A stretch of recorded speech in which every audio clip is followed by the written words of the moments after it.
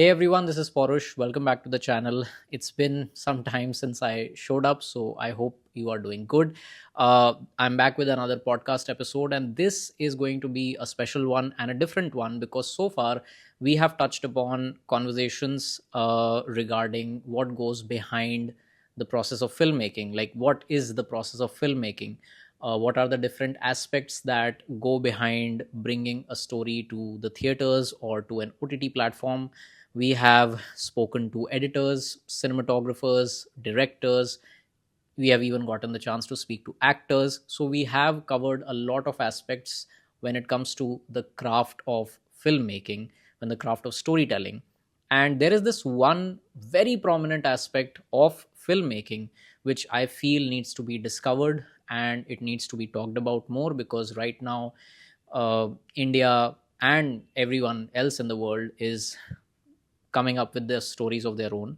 So I wanted to bring someone who talks about how stories are presented, how stories are distributed, how they are chosen to bring to the audience. And I want to start this, let's say, a small series with the help of this podcast with my first guest, who is Stefan Borsos, who is a very respected name in the film festival circuit. Stefan is a writer, he is a film and TV scholar, he is a sinologist, and most importantly, he is the festival programmer and film curator for the Rotterdam Film Festival. It is the same film festival in which the Tamil film Bad Girl won the Netpack Award in 2025, and the Tamil film Kudangal won the Tiger Award, which is the top tier award of this festival, the very prestigious award in 2021. With the help of this conversation, like, the purpose is to dive deeper into what goes behind running a film festival as prestigious as IFFR, the Rotterdam Film Festival, how festival selections actually work, what is something that film curators look for while choosing a story, and should you make films for festivals or should you make films for yourself? What happens after after a film gets selected for a festival, some of the distribution models, some of the processes that go behind the scenes while running a festival, some of the biggest myths surrounding film festivals, and many more such questions will be touched upon in this podcast. I'm very grateful to Stefan for his time, for this conversation. This was recorded back in March, but then life happened, and in fact, I'm going to start a completely new chapter of my life this year in November. I think you understand what I mean. So yeah, finally I've been able to post this. But anyways, enough talking, let's get straight to the podcast. I hope you have a good time, and if you do like this conversation, don't forget to like, share, and subscribe.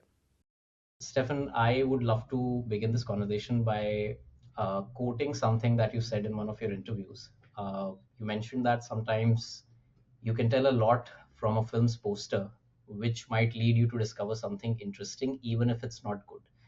I would love to understand more about what you said, Kit. So, can you double click on this? Sure.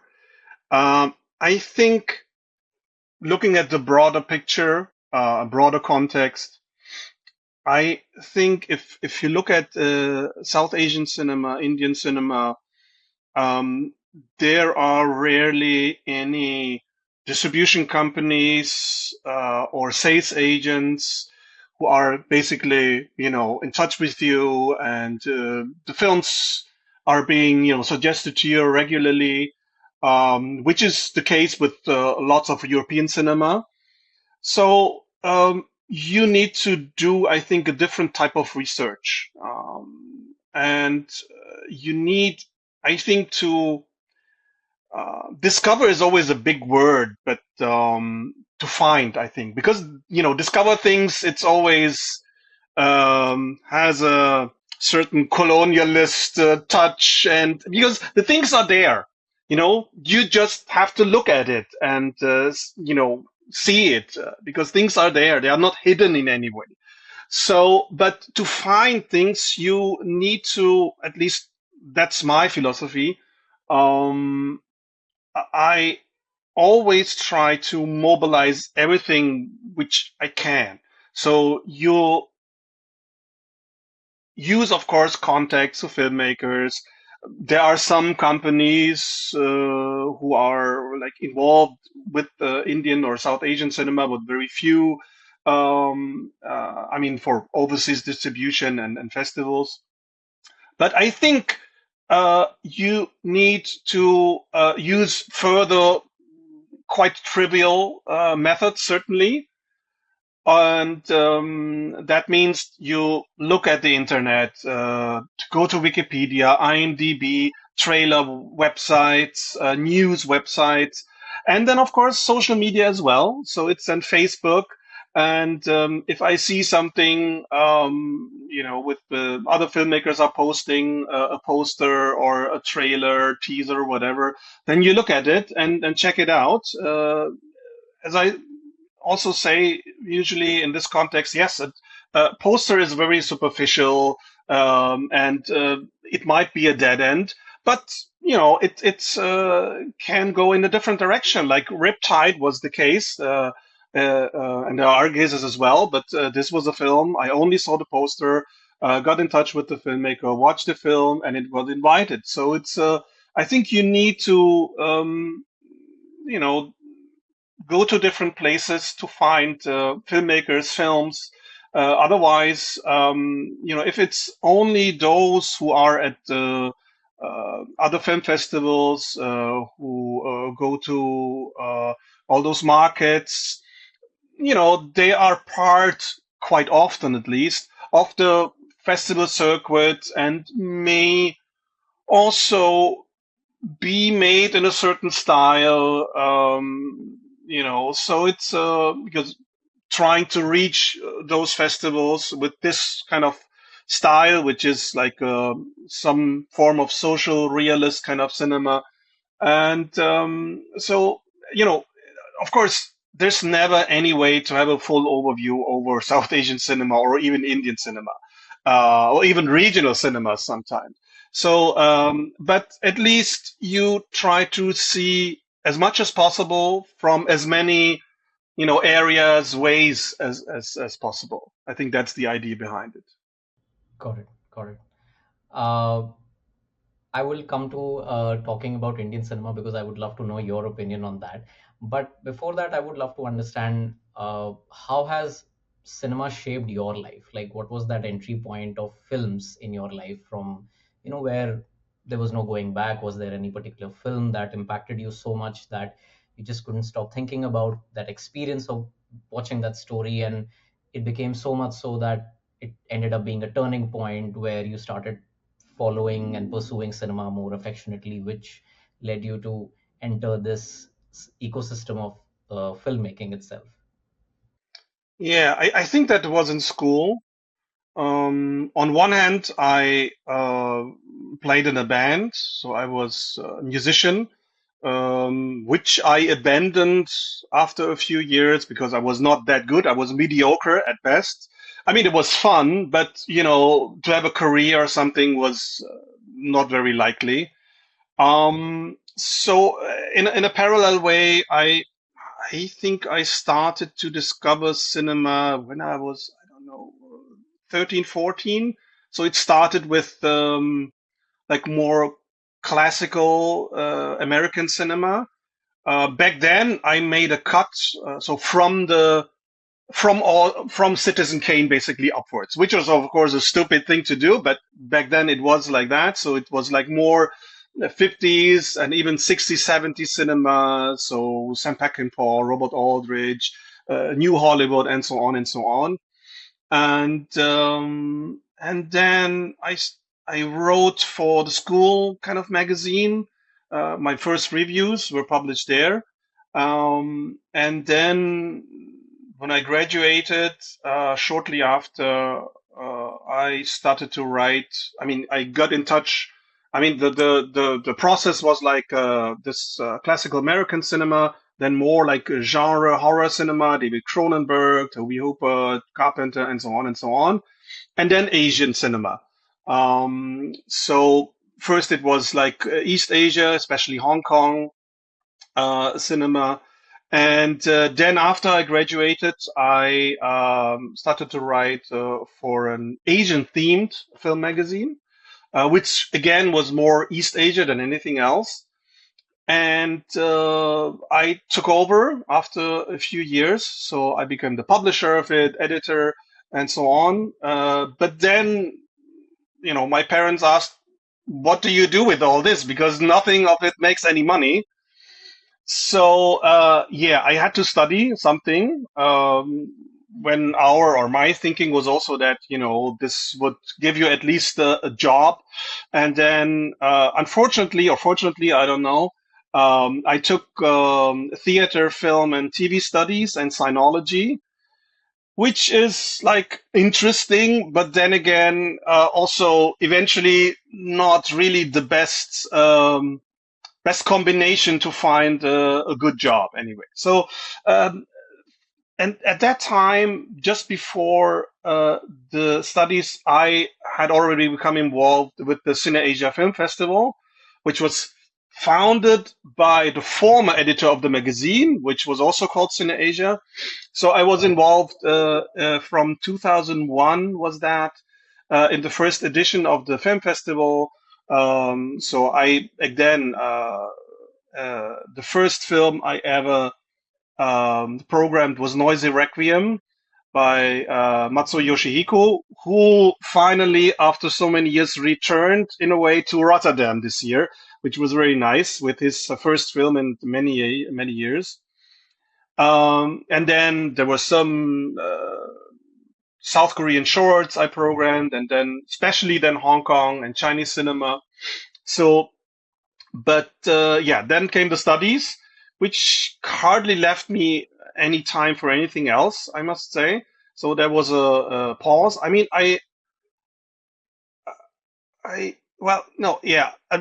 Towards the end of the studies, I got acquainted with Indian cinema eventually. I think because in this kind of fan circles, it is very clearly, how should I say, separated the East Asian kind of genre cinema buffs from the more open, I would say, I guess, um, fans of Indian cinema, or especially the Bollywood people are again a different kind of crowd. So it's a little bit separated, even I don't know, segregated, however you name it. So I haven't got in touch much before, but then I think it was in 2008.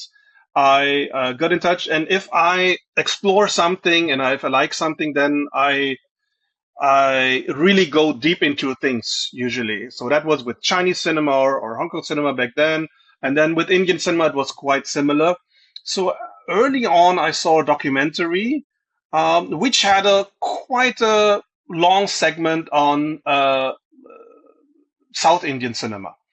So there was, of course, Mani Ratnam, Kamal Hassan, but there was also Murari by Krishna Vamsi. So Telugu cinema also figured there, even though that's not necessarily a very, I mean, in those documentaries, in those general documentaries, Telugu cinema doesn't figure much before RRR, I would say.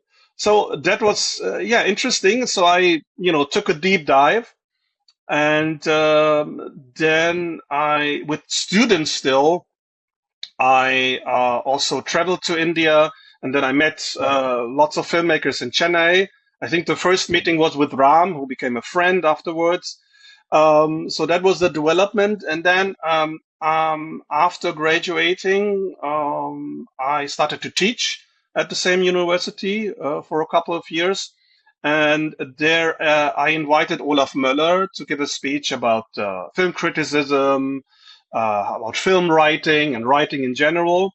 And I got him a chunk of DVDs of Tamil films, South Indian films in general. And from there developed our friendship. And I think the first milestone, so to speak, was the showcase of new Tamil cinema in 2018 at IFFR. And afterwards, Olaf always told me, yeah, there might be some change coming, a new festival director and so on, and that took its time, and I didn't almost didn't take it seriously anymore. But then it happened. So in 2020, I started at IFFR, and first so on South Asian cinema. I think 2 years later, they added Southeast Asian cinema, and then again 1 or 2 years later, then the genre cinema. So that's the trajectory. I mean, in between, after discovering like all these new Tamil filmmakers, I had something like a role for some festivals as a advisor, but it was nothing official. Again, no money. So that I and then of course it was I mean some films I was able to like to suggest to the Munich Film Festival, to the Imagine Film Festival in Amsterdam, the Genre Festival, but all in all, it was quite frustrating because then as advisor, you don't have any power actually. So this kind of position at IFFR is really something else where you can do things. I mean, of course, it's a compromise and negotiation. Will it come to that? I guess later on, but it's a position where you can do things within a certain scope, and yeah, so that's been roughly the journey. Okay, got it, got it.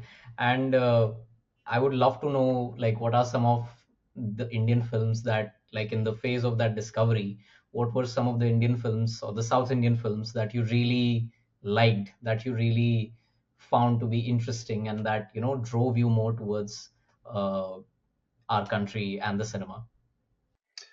Yeah, I mean, first it was quite focused on popular cinema, that's for sure. So I basically, again, watching trailers, I saw the trailer for Qatar Tamil, Ram's film, and Nankadavul was another one, Subramaniapuram. So those were the films which I thought they, stood out in a certain way. And yeah, and also Murari, like I mean, Krishna Vanzi is really one of the best directors of kind of dance choreographies in India, I would say. So yeah, it's otherwise, yeah. I of course I all before that I saw all the Shah Rukh Khan kind of melodramas of the 90s and early aughts, which I also liked. I think that has been lost in a way. I'm not so sure if I'm such a great. I mean, I like action and all this, but this trend probably also influenced from the South to have these very exaggerated action films is sometimes nice, but also a little bit like exhausting after a while. So I think when I look at those melodramas from that earlier era, I think that has been lost, because I think I love the form of melodrama. If you do it right, it can be great. So that is something. And then you have in exchange, so to speak, instead of those melodramas, you have these kind of war films and action films, and they are getting bloodier by each film, it seems. So that is a little bit like also boring. Like all those crime series, online series, or television series. So yeah. So otherwise, of course, Lagan was something which I liked a lot. And I think everything from the more like Malayalam art house cinema, I guess people are wondering when is Ray coming into the picture or Gatak. They came in very late, I must say. And yeah, so, and, as I'm kind of love melodrama quite a lot, so I'm always a Gatak person more than a Ray person, just to make that clear. Yeah. Got it, got it, got it. So the films that you mentioned, are those the kind of stories you would say you resonate with the most? Like the films that you mentioned, apart from the action ones, of course. Uh, the Well, it's no, I don't think you can define that what resonates. I mean, how should I say? I don't expect. Let's put it like this. I don't expect anything from any specific country or culture, because I my feeling is sometimes that um, overseas programmers sometimes, or at least Europeans, Americans, non-Indians in general, are using or are expecting a certain tropes, how they imagine a certain culture or country to be like, and they're expecting it on the screen as well. So certain themes like poverty and others, and I don't think in that way at all. For me, it really is only depending on that film, that filmmaker, if this makes it resonates with me or not. But I don't expect anything specifically. So for me, there can be very, very different films in different kind of social strata, from different kind of lives, village story, city story. It really doesn't matter. But what I rather look at is uh, if there is a directorial voice. If I see something, because I mean, film as any art is communication, and the filmmaker communicates, yes, through the story, themes, characters, and so on, but of course through the filmmaking as well. And sometimes I feel that I don't see a filmmaker or director there. It is because sometimes, especially if we talk about this kind of social realist aesthetics or style, that seems to be very common and also very random to me, at least. So I guess I expect certain. I mean, you can use it, but I a certain awareness, a certain stylization, something has to come through, and yeah, so it's not so easy to explain. But so I look at not necessarily what is being told, but how. That how is much more important to me. So are you using it in an interesting way, or are you just using it using the tropes? So I think that's the more important point to me. Got it. Got it. Uh, Coming to the festival, Rotterdam, of course, I am someone who has never attended the festival, but I have, of course, heard about it, know about it. I've certainly read up about it and familiarized myself with its workings and selection categories. But as a curator, what is something that you would like to share about the festival that sets it apart the most? I think the type of research I'm doing sets it apart, at least for uh, the regions I'm attached to. And the festival in general, I think, mm, doesn't look, or how should I say, the scope, I would say, the scope, what can be screened or can be selected is much broader than with many other festivals. I would say, because it's you can have genre film, entertaining genre film at the same time as a very difficult experimental film. So the kind of scope is rather large, and then everything in between is possible. For my part, I can say I'm not looking necessarily at the regular festival films or what I deem them to be. Of course, it's a definition thing, and of course, you can have different opinions. But and of course, I think it always boils down to the question: why would IFFR need a certain film, and also, which is probably more important even, does a film need us? And So, if you have a film which has made its journey already, has premiered, and so on, um, and like people looking or filmmakers are looking for a European premiere, I think you need to ask yourself, do we want to have this? I mean, we're not talking about the quality. That's a different issue. But really, just in general, the general attitude: do we want to have this, or do we want to give another filmmaker, maybe without a premiere, without a sales agent, without anything? Do we want to give him or her the chance instead? So I think that's a relevant. I think difference sometimes. I have the impression. And otherwise, I mean, if we look at not about if you don't talk about programming or the selection, but about the festival itself, the festival experience, I think it's an interesting middle ground in the sense that it's a big festival. It's one of the largest, also one of the big audience festival in the world. But since also most of the theaters are quite close to each other, and there's a festival center where most of the filmmakers can go and come and go how they like. um, you are it's a cozy place, it's a cozy festival in that sense. And yes, or no, Kate Blanchett won't be sitting in the coffee shop there.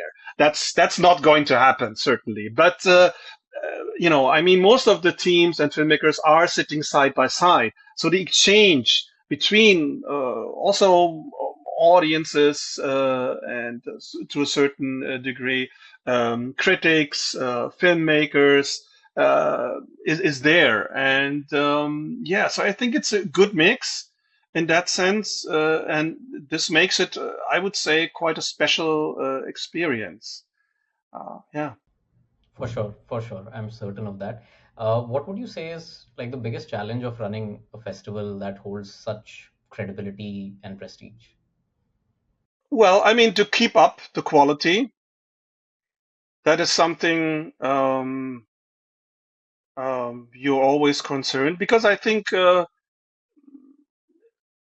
know, uh, uh, uh, well, the good thing, of course, working at the, running festival, that it's if if one year or is weaker than the other, or there's some issues or whatever, then next year is there. You can try, you can do it better. But I think that's the challenge, and I think what is not very often understood, that yes, the selection is there, that's what you get, but of course there's always a like with the film frame as well, like there's always something which you don't see, which we worked on, which didn't work out eventually for this or that reason. Like for example, this year, I thought we would be having at least two or three, maybe Kannada films, which didn't work out at all. So that's something you can't see. So of course, that's the challenge mm, to continue, and because things are always like certain ideas, projects, retrospectives, or what, they are always there, and they sometimes, for example, the V Cinema retrospective we had this year was, I think, conceived when we first talked about it, I think 2 or 3 years ago already. So sometimes it takes its time, but that's of course also a nice thing that yes, sometimes you are waiting and thinking, when can we do it eventually? But then it's good that you have the time and space to do that, and sometimes it works out.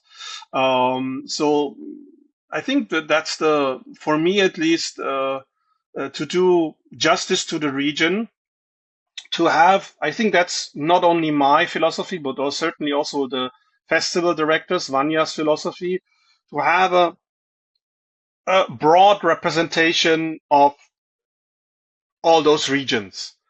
And that's, I think, very important. Of course, sometimes you fail in that or partly fail, but I think that I think it's always important to be self-reflective. I think to really, you always ask yourself, why do I do this? And if something doesn't work out, then how can we make it work next year? So that's always, I think, very important. And I think what's also um, important, certainly to Olaf and me, uh, that we don't just select films. We try to make a program which has a certain kind of scope, which has a certain kind of diversity, and in the best case, they kind of sometimes films speak to each other, or maybe like last year, it was that was the perfect situation for Indonesian cinema, where we had various films from different sections, which in a way commented on each other, which reflected on each other, which kind of it was all about basically the communist purge in the mid 60s. That was a theme in different ways. So if you watched all those films, which is of course not so easy to understand for a viewer, for an audience member, but if you watch all those films, then you have a quite a first insight into a very complicated topic. So you want to have this kind of overarching kind of these relations between sections, between films, and but you can hardly plan all this. So sometimes things have to just come together in a certain way. Right, right.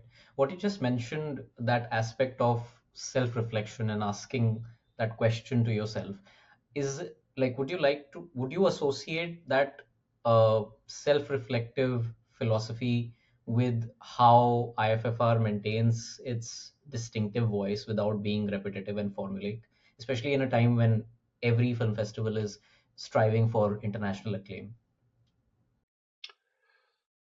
I guess. I mean, I cannot speak always for the whole festival. I can only see my small world in a way.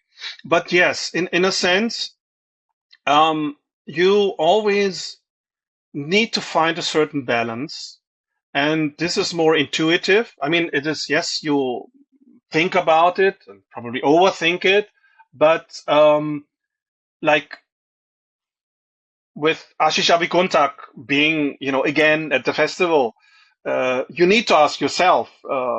This always also means that some maybe young filmmaker doesn't have the chance. I mean, we have a debut, we have two debuts this year. So you need to kind of find a balance. How many returning filmmakers you want to re-invite, and of course, Ashish is, yeah, his work speaks for himself and itself.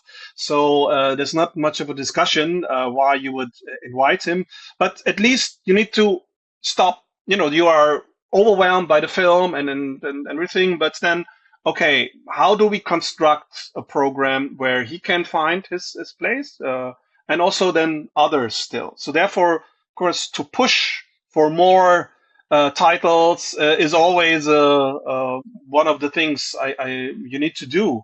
And I think, you know, whether it is the Bangladeshi films this year or the Bengali films last year, this is also not planned. But of course, you are looking at different parts of India as well. So the North has to come at some point. Like Olaf is always obsessed with Assamese cinema.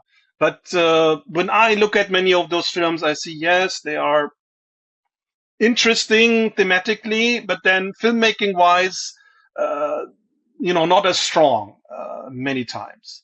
So I think there needs to be then also the quality. Not only that we want to have. I mean, I'm not referring to a focus program or something. There, quality is, I think, has a different value in some sense because you are, I think, more exploring a certain aesthetic or a theme or a region. So it can be more mixed a little bit. But of course, we are also looking for different regions for the regular sections as well. And so the North has to come at some point. I hope that I will find something interesting for next year. So yes, and of course Pakistan as well, and Sri Lanka. Sri Lanka didn't do well this year, certainly at IFFR. So that is always on your mind, and you're always wondering, okay, let's see what we can do. But of course, then I'm not solely deciding on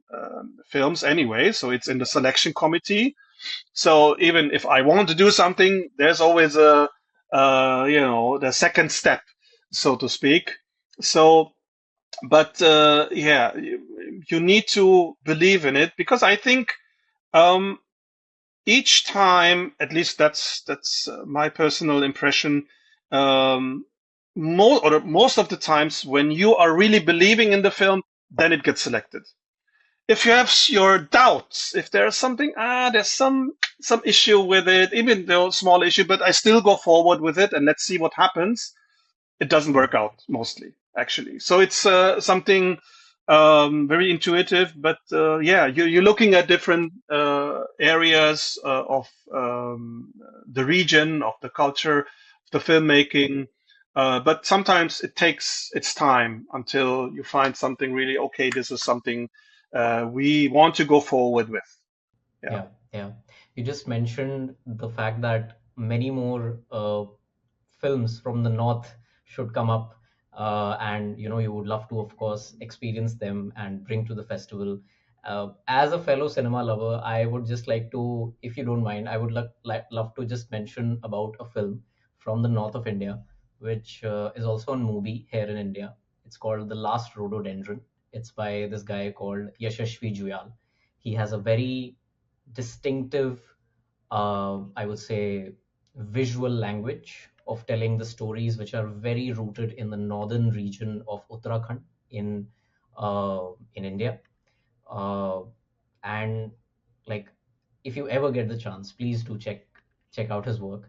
Of course, you have way more credibility and expertise compared to me when it comes to selecting films. But just as a fellow cinema lover, I could not stop myself from recommending this to you because I truly, genuinely love Yashashvi Juyal's work. The film that I just mentioned is called The Last Rhododendron. It is about homecoming. It is about leaving your place. Rhododendron is the national flower, sorry, the national tree of Uttarakhand. Uh, it talks about the decline of people in Uttarakhand. They leave the place for employment, but they just leave home and they never come back. So it's a beautiful story, very subtle, very art house, meditative. Whenever you get the chance, please do check out his work. I'll also send the name on WhatsApp. I'll definitely Sure. do that. Yeah. I haven't Thank you so seen it, much. so yeah, of course. I'm always Thank you. getting everything from everywhere. I'm happy to do Thank that. you. Thank you for considering that. I would love to understand. You just mentioned the entire, like, of course, we'll go deeper into your process of selecting and curating. Uh, I would love to understand how was it like during the pandemic? I mean, how did you guys navigate this entire programming process? Well, it was in a way a stop and go, or go Okay. and stop and go. Okay. Um, I think the first year, that was the first year when I started. It was a little bit clearer what probably would work or won't. Um, but the second year, it was really heartbreaking because actually it was already, I think, December, and I had a scheduled call with Manya talking about films, and the structure was a little bit different back then. So we hadn't, we didn't have the selection committee, but it was like there was a uh, different kind of senior committee, and we reported to certain senior programmers back then. So at the end of 2001, we were about to talk about all those kind of films and issues and blah blah blah. But then Banya basically said to me, "Well, the Dutch government has just announced that they would have a total shutdown."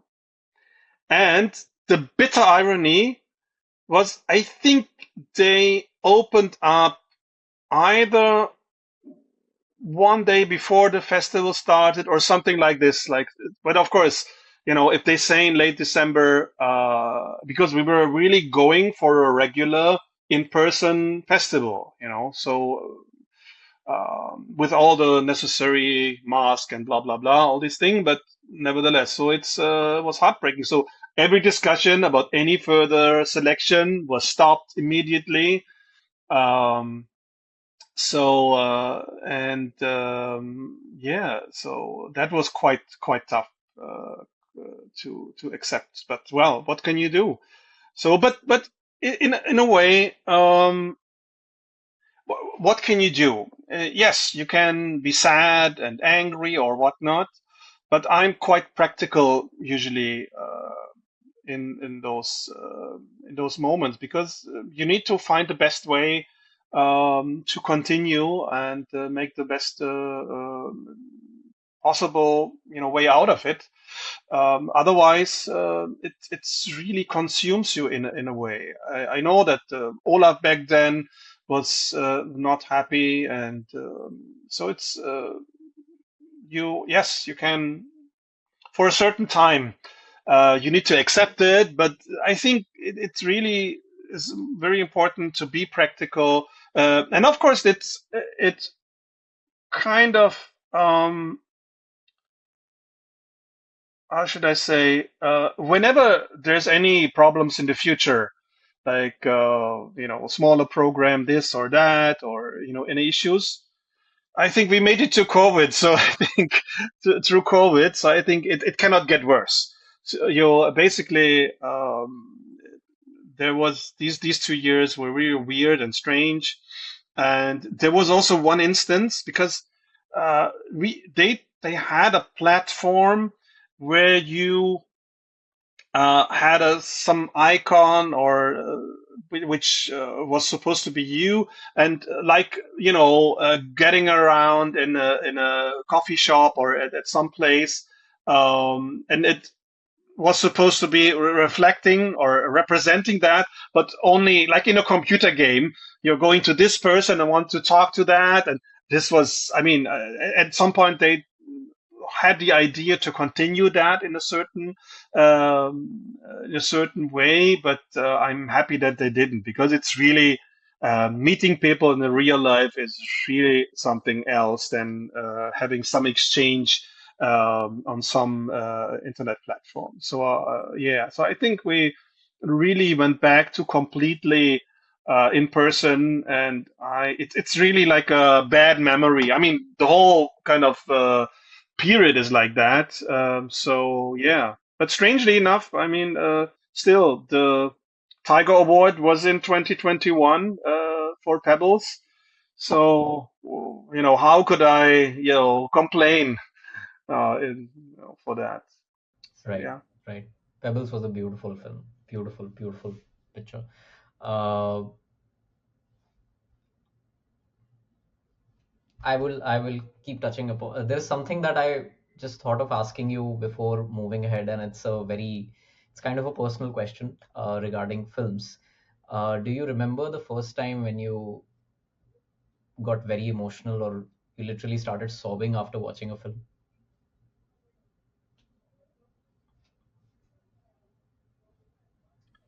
I mean, my memory is very bad, I have to say. Okay, okay. But probably actually some of those Shah Rukh Khan films, to be very honest. All right.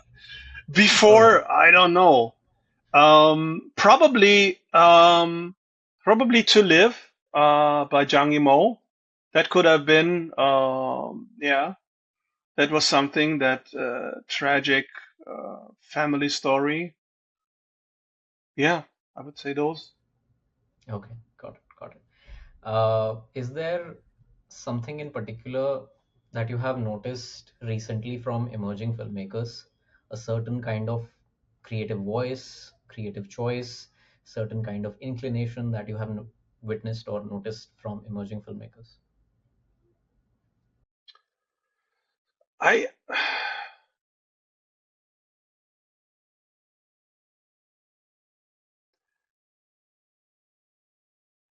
I think it's quite diverse, actually.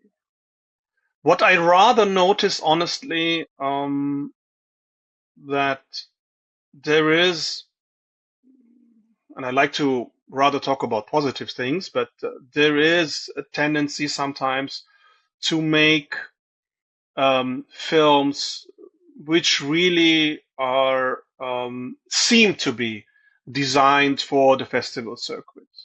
That comes quite often, which is, I mean, this is just my impression. I'm not saying that the filmmakers are doing that consciously or even unconsciously, because that is not something I can decide upon. How can I judge that? That's not possible. But you have certain tropes, because I think what that's again my impression. People always talk about genre tropes, but of course, art cinema also has its tropes, and that is less talked about. And like the open ending, and there are so many different things which I think, okay, this is like, is this really?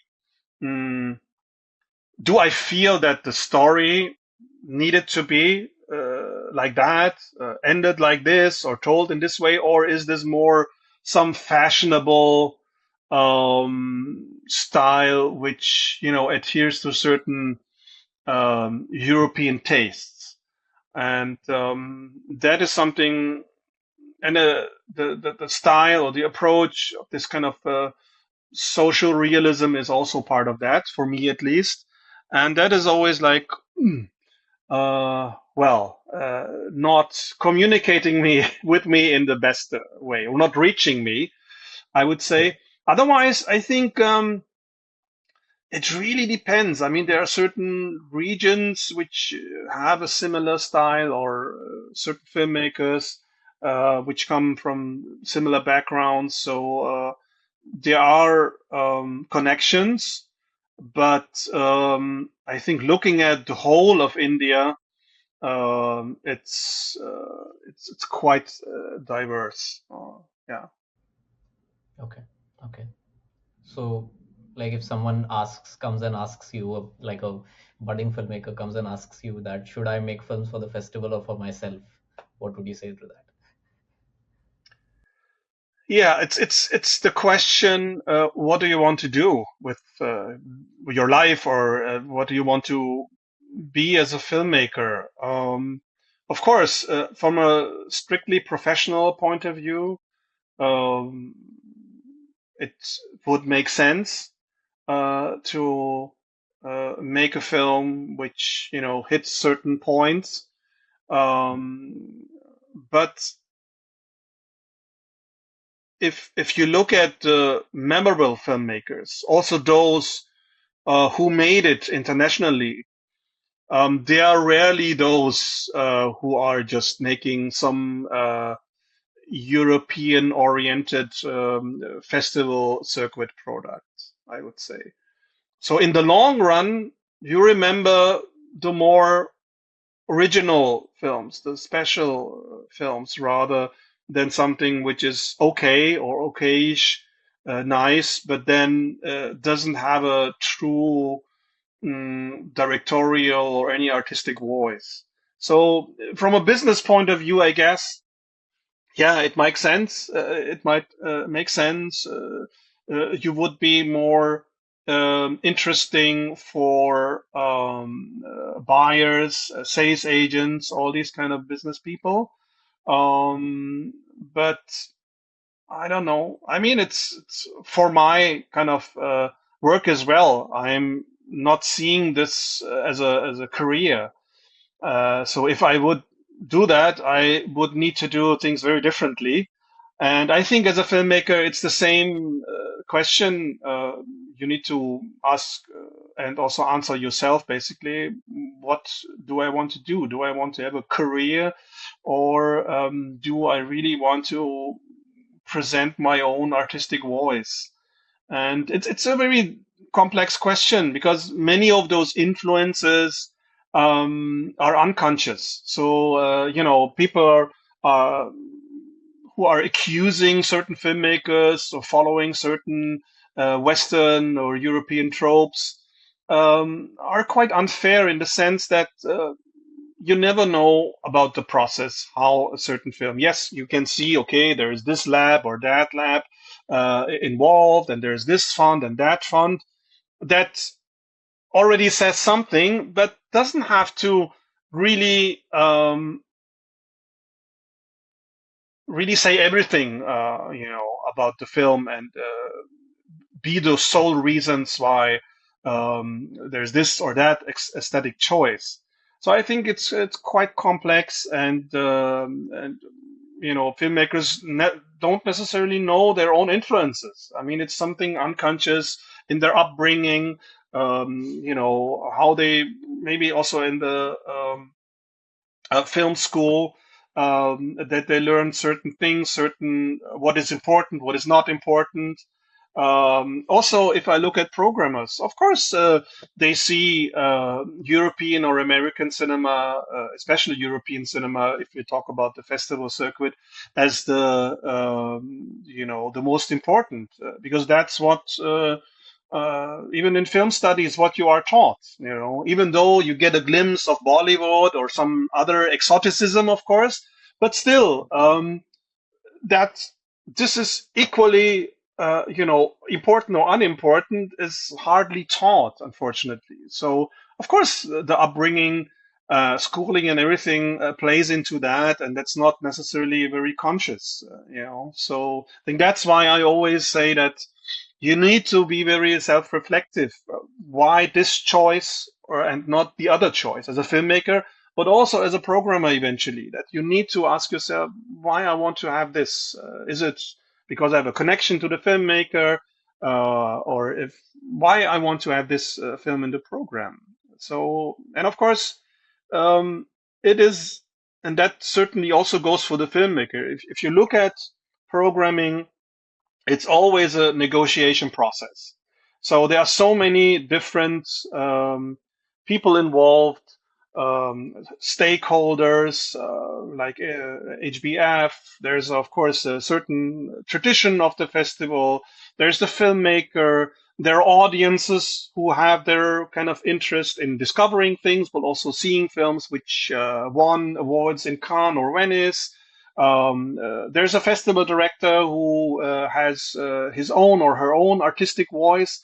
So I think, and of course, if you have as a filmmaker, as a film, 10 producers, it can get quite difficult if they also want to have their say, in how the film is made and so on and so on. So it's quite tricky. Yeah. Do you ever program a film, or has it ever happened with you that there is a film that intellectually fits the festival, but it did not move you that much emotionally? Like it is very well suited for the philosophy of the festival, but it did not really move you on a very deeper emotional level. No, I don't program those, I must Okay. say. Because Okay. again, this again with this intuition that there's something, even though you might not always or immediately pinpoint it that this or that is the reason. If there's something wrong with the film, and that's purely a feeling kind of issue, then it usually doesn't work out. Otherwise, even filmmakers sometimes tell us or tell me that this is a film for you. This is, and even if even there's among I think the film festival circuit, maybe in the past it was stronger, but I think there's still today this idea that there's a Toronto film, there's a Rotterdam film or something like that, which that which I don't believe in, which is also if you would believe in, can be only mm, referring to a snapshot in time, because festivals also evolve and change. And Rotterdam is not the same Rotterdam before Vanya took over, and that was not the same Rotterdam as in the 90s or 80s. So it's always changing. I mean, there are certain things which have a certain tradition, I guess, but otherwise, I'm not so sure if there's really a Rotterdam film. In any case, for me, it's irrelevant. And sometimes, again, filmmakers say, "Oh, this is the exact film for you," and I say, okay, let's see. Because I don't care about that, honestly. I watch everything or as much as I can, and then let's find out if I see it in the program or not. If the feeling, if my gut feeling is there or not, and that's really the most important thing. Sometimes if you are, I think, going for certain things on a purely intellectual level, I I don't think it works out, and that's usually really the case with the selection committee, strangely enough. Yeah. Got it. Got it. Is there an ethical responsibility in curation, knowing that the selection can really transform a filmmaker's career? Yes, there is. Okay. Okay. And Um, and how do you like deal with rejecting a strong film? Like it's a very strong, powerful film, but due to some reasons, you are not going ahead with that. um, it is difficult, without a question, because India is producing too much anyway, and we had, I would say, I could have programmed at least if things would go on my way, um, three more films or three or four more films, but then space was not there, and yeah, so it's that's you sometimes you send it over to some other festival and to have them check it out. But it's difficult. It's difficult. Of course, the conversation or communication with filmmakers has to have a certain limit. Of course, if you know them, then you try to help them in any other way. But of course, if you look at the submissions, you cannot communicate with every submission. That's not possible. And so they send out the rejection letter, and that's usually the end of it. Sometimes I get in touch with them afterwards, but you cannot have these conversations. Sometimes you have a video call or something with them. You can not have this with hundreds of people. That's simply not possible, especially, if you look at Southeast Asian cinema as well and genre filmmakers, like, it's already quite demanding. There are too many films simply.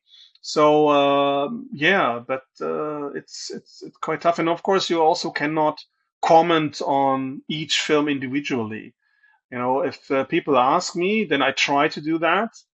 But there's never a guarantee because there's only so much human time you have, and uh, yeah, so it's quite tricky. But of course, sometimes you follow, where a film goes, and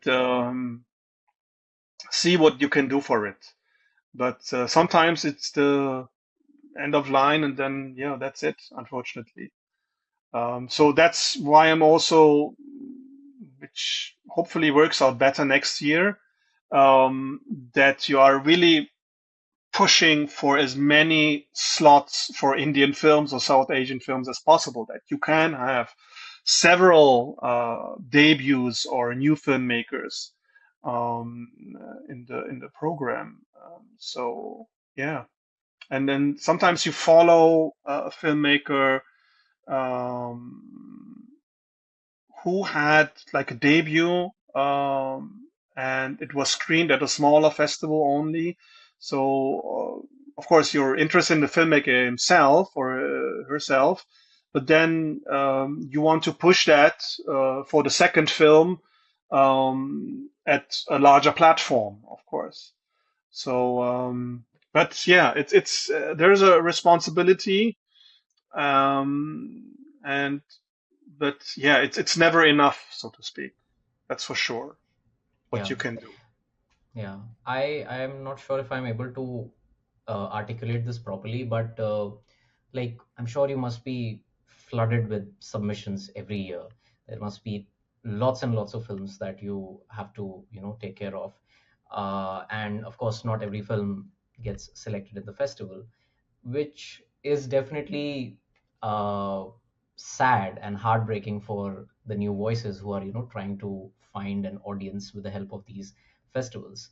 Uh, are there any myths that you would like to bust for budding filmmakers? Like, is there anything that you want to tell them by saying that no, this is not the reason you think we rejected your film? Like, duration is not the reason we reject your film, or is there anything, is there a common myth or some kind of misconception that you would like to erase when it comes to getting rejected in a festival like Rotterdam, so that it so that the filmmakers don't feel demotivated? Instead, they just feel that it's fine. I mean, it did not work out, but it's not the end for me to make my film reach to more people. I hope I'm able to articulate my question properly.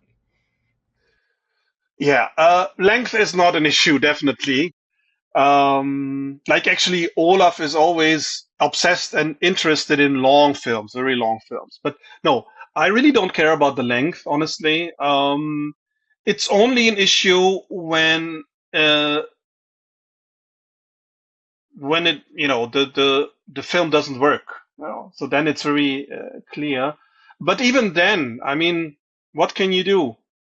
I know there's this practice that you suggest to filmmakers to make it shorter or this or that, but that's for me a red line, if you will, because if a film is um, still quite in a work in progress stage when the final cut is not there, then I'm happy, if time permits, of course, to comment on what I feel, what I think. But that's not a suggestion to do anything with the film. I only can, comment on it and how I see it, but the filmmaker is the filmmaker. For me, even though, some or quite some programmers are crossing that line here and there, um, I'm not a filmmaker, I'm a programmer, so I'm not suggesting anything to be done. If a final cut is there, then I only say, okay, this is working or not, and that's it. Um, that's even like, in this work in progress stage, especially young filmmakers are sometimes a little bit insecure. So I can say a certain things, but always in a certain um, limited amount. But it's always on the filmmaker. And it doesn't make sense, for me at least, from my point of view, to cut down a film, hand it in, and maybe it gets selected then, but you are not happy with that version. I mean, that's not kind of, I mean, that's, I'm recalling then some of the big studio cases, like Brazil or something like that. So it's really strange that you would do that just for a film festival. So that is quite tricky. So I rather, try to keep out of these kind of filmmaking issues. But if it works, I don't care if it's 70 minutes or 64, or that is the minimum for the feature films at IFFR, or 9 hours. That doesn't really. It's really, yeah, has to speak to you. It's very simple. Otherwise, um, I think we, for example, we had or I saw a film a debut. It was quite some time ago, 3 years or 4 years even, and I thought it nice, okay, okay-ish. It was a little bit too commercial for me. It was lacked a certain bite. It was a little bit like Monsoon Wedding, but then the filmmaker made the second film, and it was terrific. So it was also very different, but yeah. So if your film doesn't succeed, if your first film doesn't succeed at IFFR, it doesn't mean that the second or third, cannot work out. So it really depends. It depends also sometimes on the timing, because the later you send something to the festival, the more slots are filled. So we are not waiting until the very end and then invite everybody, but do that all along, usually at least. Of course, certain practices can change over time, but so if you come in November or so, and we're having usually our last meeting in Rotterdam in late November, then it's getting very tricky. Then we are usually looking for very specific things which are still missing from the festival, missing from South Asian films, certain type of films, or then we're looking only at maybe missing competition titles. So that's getting very tricky. So um, that's also another major issue, because I seen at least 2 or 3 films at such a late stage last year, which could have been in a program, but then it was just it was too late, unfortunately. So sometimes the reason can be very trivial, very stupid, in fact. Otherwise, you know, there are many different festivals. I know to apply and everything is costly, that's for sure. So it's, you cannot easily say just apply to all those which are, have a certain status or whatever.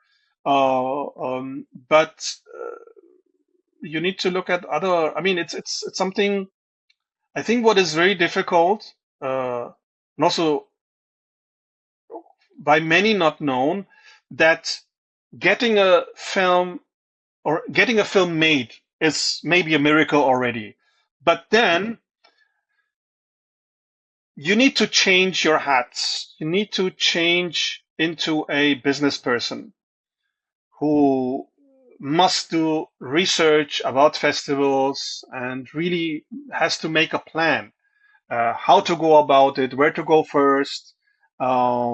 So that is, I think, the most difficult thing, and you need to try to understand how this works, and um, in order to make the necessarily and sensible steps, especially also if you're rejected, then okay, I have plan B, C, D, and so on and so on. So I think that's very tricky, because especially if you're a young filmmaker and you are just happy that you made the film itself, and with lots of struggle many times, you think you're ready to take over the world and have a premiere in Venice or Cannes or Berlin or whatever. Yes, but I think you need to then change into a more strategic mode, and become your own PR person in a sense. So that is, I think, very difficult for many filmmakers. And yeah. Got it.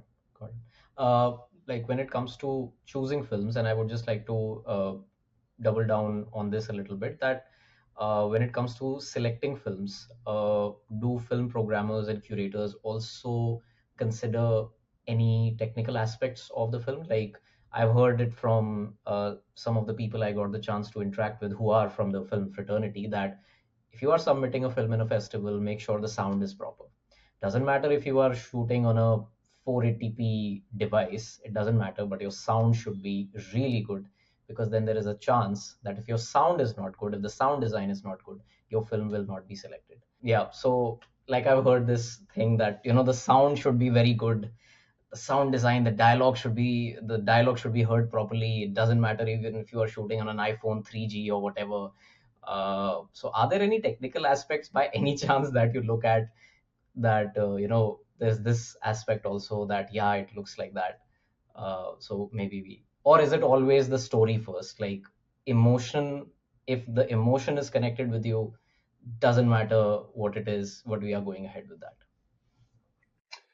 Okay, this is a complicated question, and I think you get very different answers from different programmers, I would say.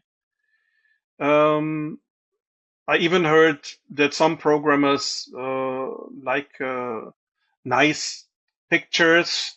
That's very important to them. But the sound is indeed an issue. In fact, we had a film which was still work in progress, and we liked the film. And there was one other issue, more about representation, but one of the issues my colleague had an issue with, honestly, was the sound. And that was one of the reasons to postpone the decision, which I found back then quite irritating because, for me, these are professionals. They will fix the sound eventually. So especially if it's, work in progress anyway. So, yeah. But I mean, eventually it got into a Tiger competition, so everything was fine. But it was something because usually that's my experience, at least with our structure. You need to have a yes in the first conversation meeting right away. If a decision is postponed, so if it gets off the table for a while, then it usually doesn't come back. So therefore, this was a case when it was still there and eventually went for it. But yes, so I'm usually telling filmmakers, you can send me any version. I watched versions of films which were more like behind the scenes kind of features almost. Of course, it also has limits because I have a certain imagination. So, but if it's really far away from the final version, then I may also have my reservations. But anyway, so if I get a work in progress version, then we still need to see if it's so far advanced that we can put it into as a selection suggestion to the team. So that sometimes when I get something and I'm interested, and then I say, okay, I would go for it, but let's wait until a better version in 1 or 2 weeks or 3 weeks or whatever in 1 month we have. Then we can, go forward with it and present it to the team and discuss it. Then the chances are bigger. So I'm a little bit still wondering why people are so picky about these technicalities, honestly. I mean, for me, again, it's not even the question about the story necessarily, but how you tell it. For me, if I look at, and that's maybe my origin story, if you look at classical Hollywood cinema, then you know why he puts the camera there and not here. So that is something I appreciate. Yes, of course, the classical idiom is something different from many art or art house films. It's not the same thing. So, but nevertheless, I appreciate if I understand what the director wants. It doesn't have to be this legibility as in classical cinema that you need to understand where the position and so on and so on. But there needs to be, again, it's a communicative act in a sense. And if you just follow a certain very traditional cutting rules, then it's not something. I mean, I can watch it, but to get excited, I need something more. I need, a directorial kind of hand in it, that it is shaped by someone, and there's a certain purpose and reason why it is done that certain way. And if it's just like very common, uh, certain cutting patterns or the long take and so on, I have my issues. So it's I guess also very personal and very individual. That's why I also say it doesn't mean much if I don't like a certain film. I mean, somebody else can love it at the same time. Also, I mean, programmers and festivals, of course. So that's but technical things. Um, I'm not so concerned, but you need to be strategic about it, definitely before running into a mess only because of some kind of audio issues. And yeah, so again, the expectation for me is not there from any filmmakers. I like to see new and different things, of course, and yeah, so it's yeah, that will be my answer. Got it. Yes. Got it. Thank you so much.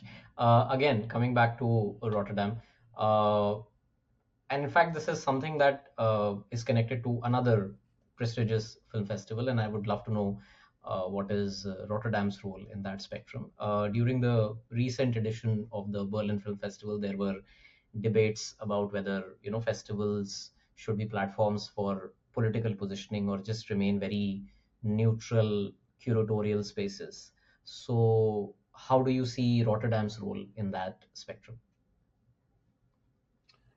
Well, I think what the festival does quite splendidly is that Vanya, usually the festival director, has an opening speech, and there everything is said. I think to all the issues. So it's usually quite a long speech, and it's quite something.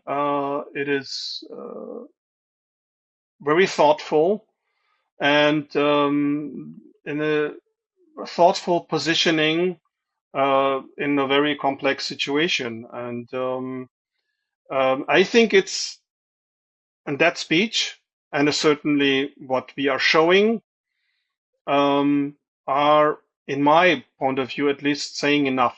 I think where we stand. All the flag waving is, the problem, especially also on Facebook and all social media. There's not; these are not spaces for a proper conversation about, especially these very complex issues.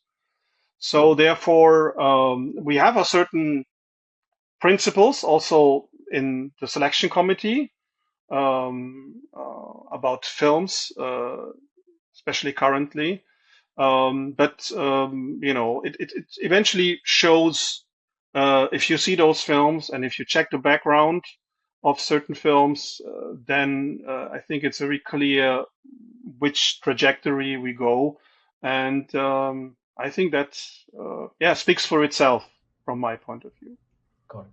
Got it. Have you noticed, and I'm very, very curious to know about this because this is something that is becoming more and more evident and in ways that I honestly never imagined. Like, have you noticed a change in terms of audience reception, especially now that there is chatter around how film students are not able to watch films? Like, there are articles being written on this topic. There is apparently some research done that there are film students who are not able to finish watching films during their course, and there are multiple opinions written on this.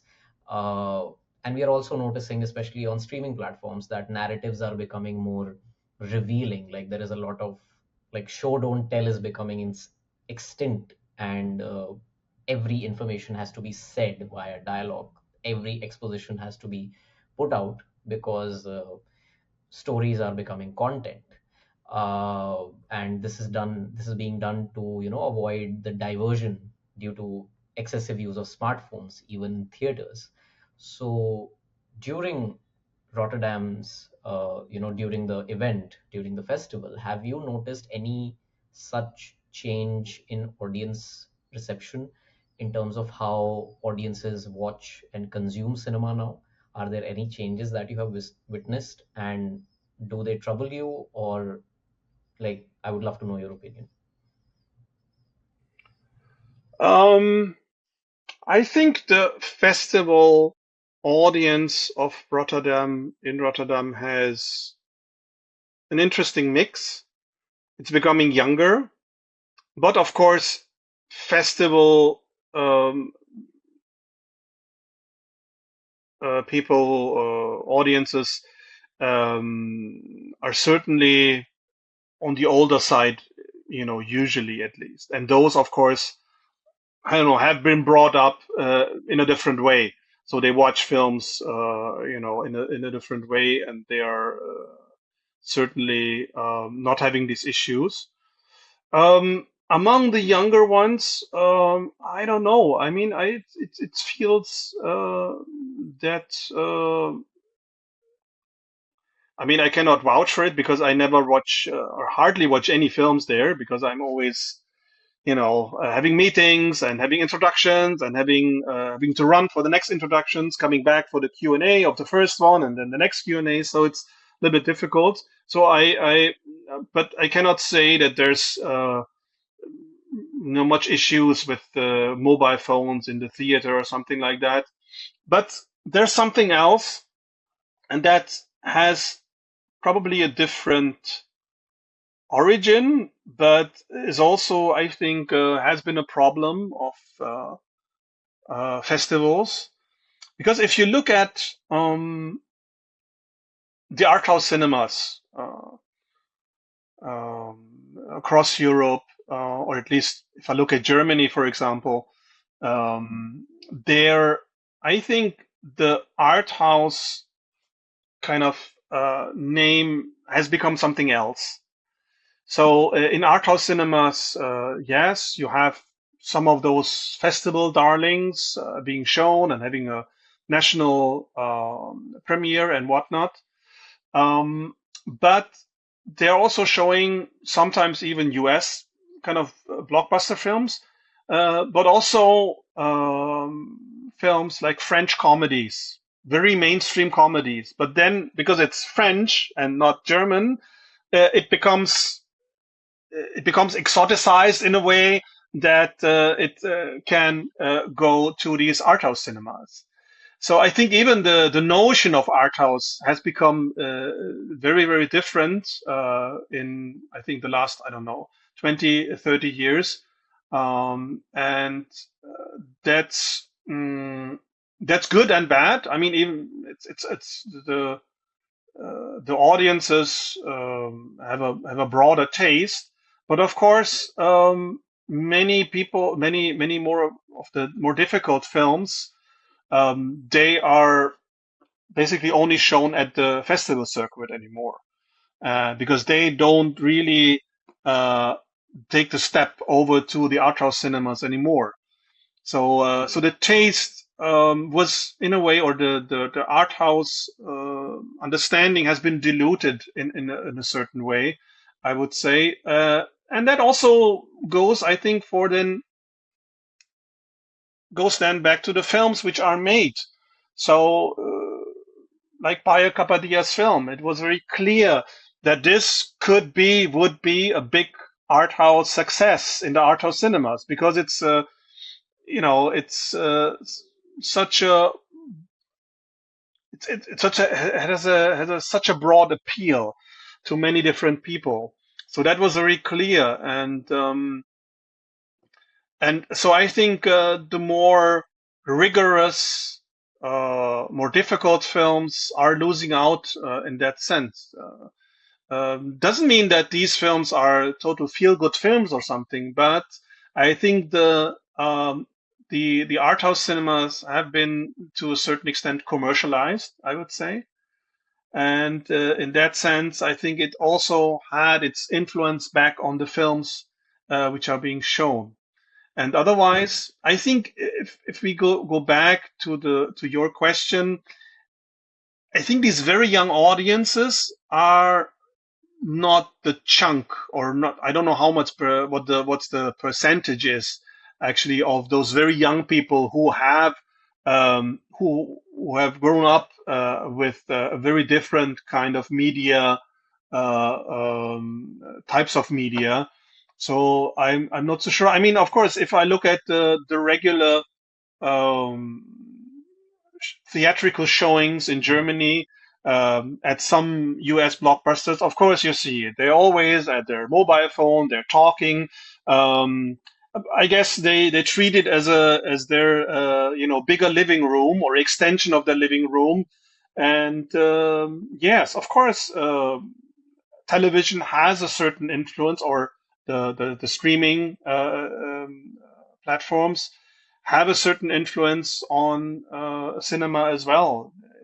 Of course, it's if you look at the history of these two media, they had their influences throughout the past 70 years or more.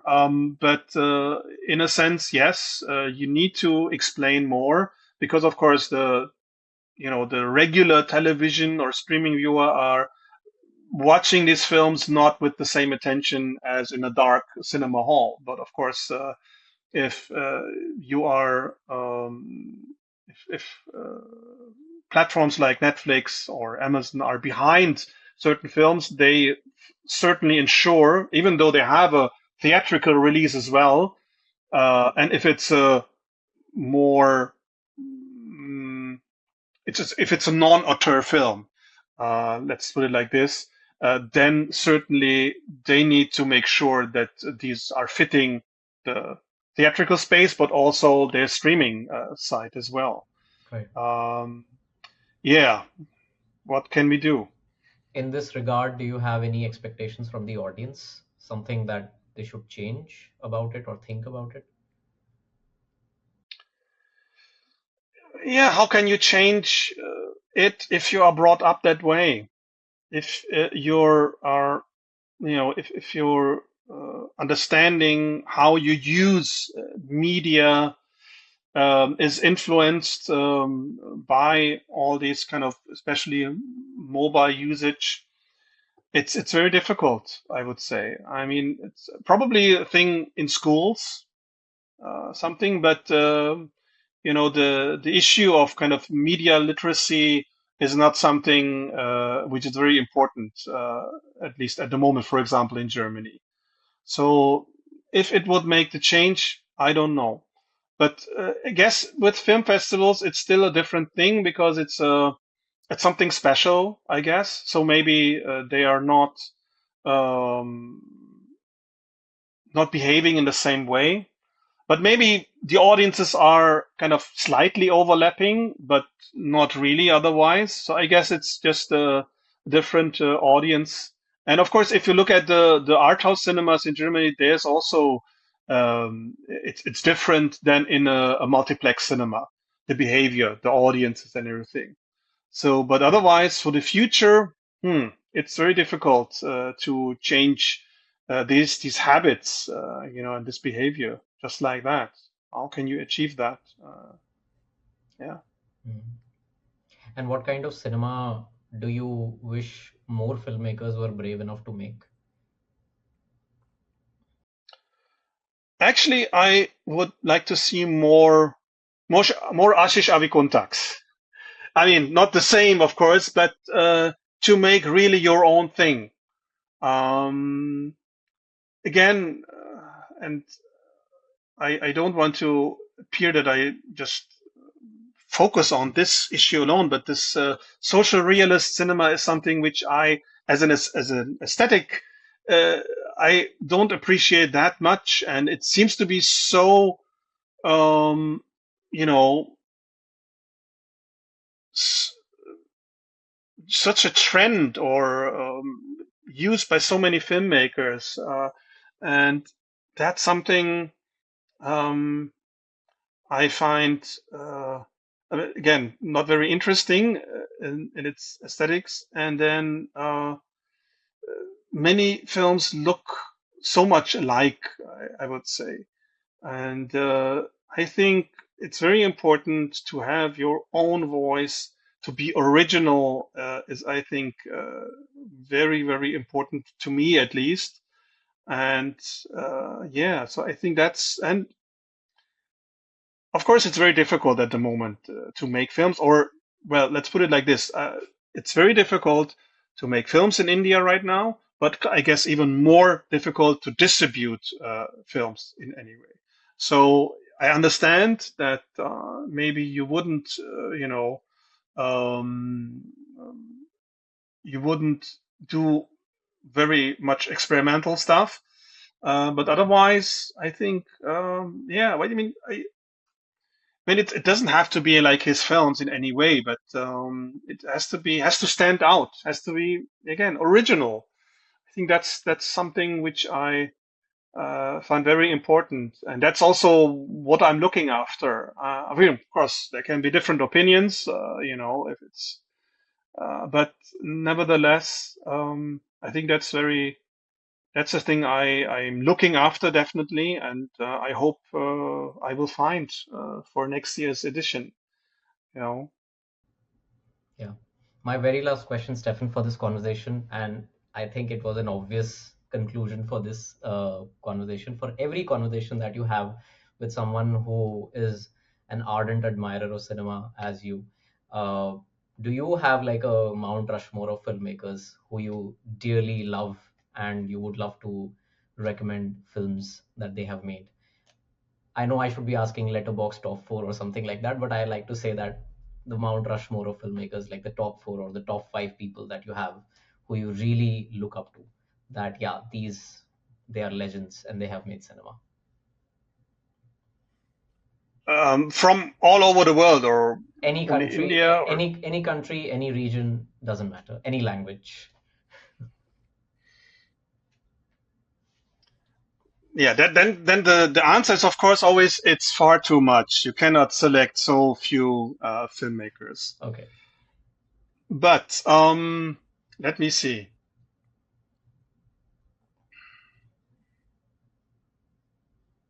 Because I usually have certain films rather than filmmakers, I would say. But of course, that uh, early period um, that influenced me a lot with American filmmaking. I certainly go back again and again to Wells, without a question. Of course. Um, and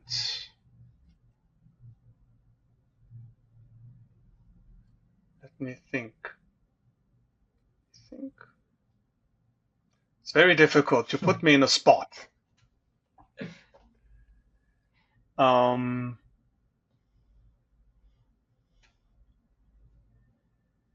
what else? Or maybe we can talk about films, like you said, that there are films that you look up to instead of filmmakers. So, like you mentioned, Orson Welles.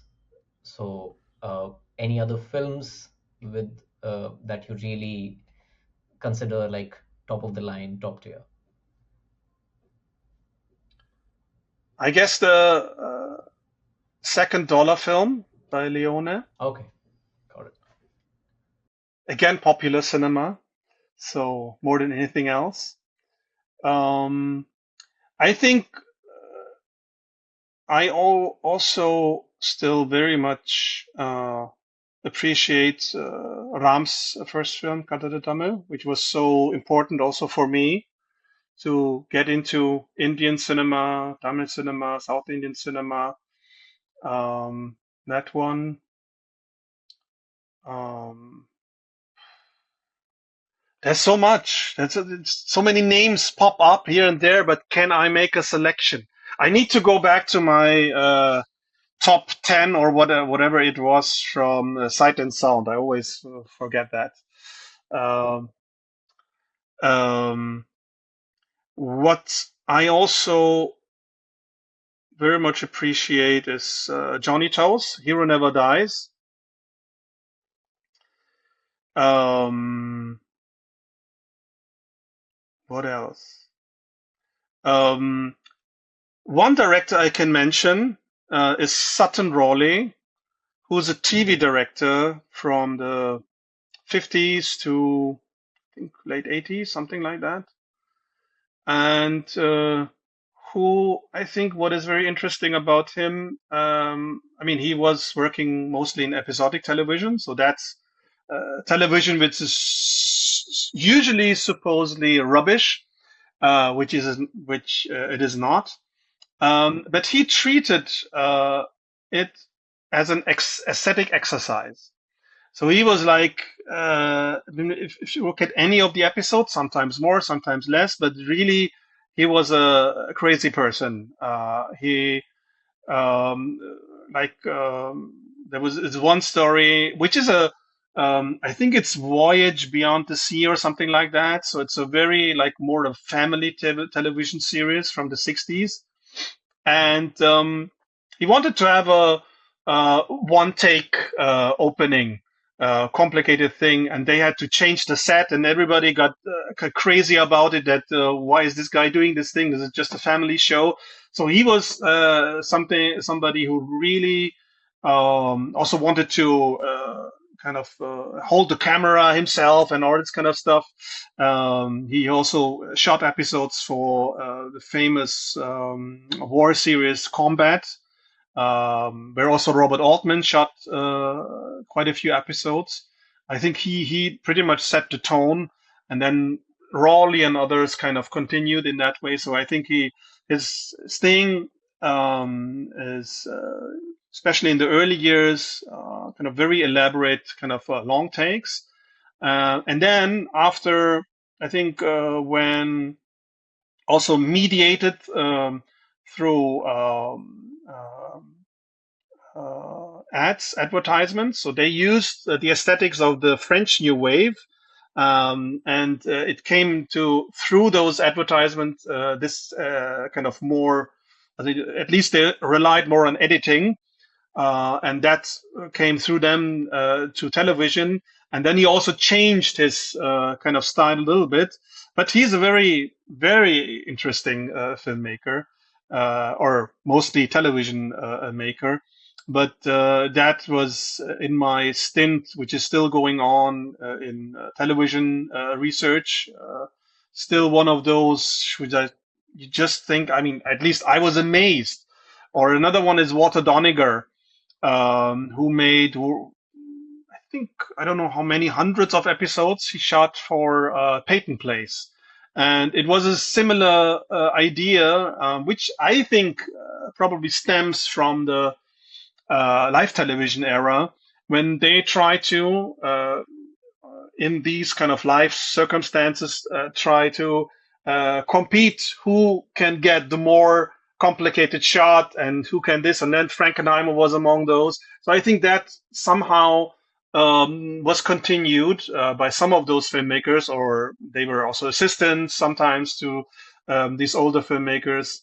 And yeah, so I think that's if I want to suggest something also to check out, this is an era underexplored, under researched, and there are kind of lots of wonders of filmmakers who really made something, and made something special in very rigid, of course, circumstances. And so that's, otherwise, I don't know. It's too much. Too many filmmakers. I love one film by Daniel Lee, What Price Survival, where he remake basically the One-Armed Swordsman from Zhang Che, as an almost abstract film, which is really visuals, visuals, visuals, nothing else. It's and of course there's a twist also in the on the theme and story, in the story area, but is really something special. And yeah,